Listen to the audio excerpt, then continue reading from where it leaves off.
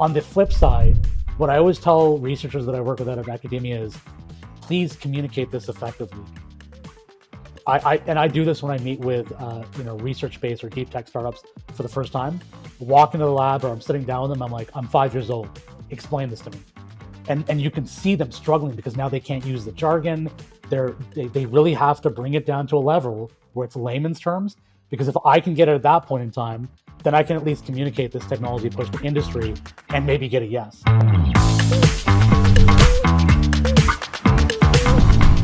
Industry engagement seems so critical for helping teams and entrepreneurs and scientists understand the potential of their technology and their ideas. What advice are you going to give to people who are sitting in industry and in corporations today who are listening to this podcast and they're saying, like, of course I want to engage with university sourced R&D? What advice are you going to give them to make that as effective as possible? That's a good one because it's something that I've had to do for the last 15 years in order to move a lot of the technology that I work with. It's always a technology push. But one of the things that I do appreciate is when you go to trade shows or conferences and you meet some of these individuals that work for companies and you build kind of like a one-on-one relationship. In a lot of cases, even to this day, I get emails from some of these guys, some of these individuals, and they say, "This is our problem. Can you help us identify a technology that is in your network?" And for me, it's almost like a gift because for industry to disclose what their problem is, that going the other way around and doing the technology push, I could be going up against a wall consistently. But when industry comes back to me, and so what I end up doing is I try and encapsulate that problem in a very generic term, and I'll just send out emails to colleagues across different jurisdictions that I know, and I'll say, "Do you have anything?" And then I'll connect them together. But I think a lot of this has to do with industry relaying and being comfortable in explaining what the problem is, because as you can imagine, it's very competitive out there. Industry doesn't necessarily want to broadcast what their problems are, but we know that their R&D teams internally may be struggling with something. On the flip side, what I always tell researchers that I work with out of academia is please communicate this effectively. I do this when I meet with research-based or deep tech startups for the first time. Walk into the lab or I'm sitting down with them. I'm like, I'm 5 years old. Explain this to me. And you can see them struggling because now they can't use the jargon. They really have to bring it down to a level where it's layman's terms.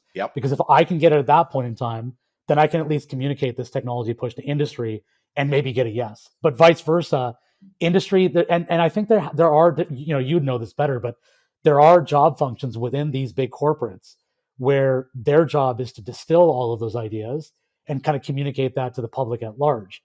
And it's people like me that are waiting to see what those but I gotta tell you, those jobs are few and far between. And I think you're hitting on something incredibly important. Like, I kind of want to reach through the screen and give you a high five. Because I didn't mean to. Do you think the big corporates don't have this job function, available? I think many don't. Here's the thing. I want to reinforce something you just said, because I think this is so important.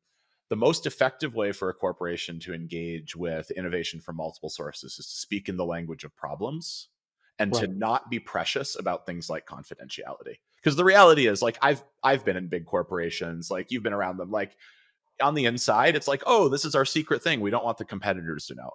Honestly, it's never a secret. But speaking in languages of the problems is really hard, right? There's a lot, in my experience, there are a lot of people with titles in innovation, in venture creation, venture investing, new business incubation, new business creation, corporate development. There's a bunch of titles that can and should lead to an organization being able to articulate problems that are meaningful and matter and that they can't solve themselves. But all of the forces, the incentives for those jobs, they often lead to shopping for solutions, in my experience. And so, I don't know, what I heard you say is the most effective engagement is when someone sends me a problem. And I actually think that's very poignant, because what I often see is people sending out a communication of, I'm looking for this solution. And Yeah, that right there closes out the ability to maybe come up with a different solution for the same problem, right? and to your point, it's a lot easier just talking about the problem because you're not disclosing anything confidential. You're That's just right. saying, Nobody's going to be surprised that you're having, trouble communicating proprietary or confidential patient information in a secure way, right? yeah, Um, absolutely, so I love hearing you say that, and I also I actually I appreciated your comment on the advice on the entrepreneur, the innovator, the researcher side as well, which is to speak in layperson's terms against the problem. That's really hard because, like, you're an expert, right? You're a deep expert in the space, and exactly.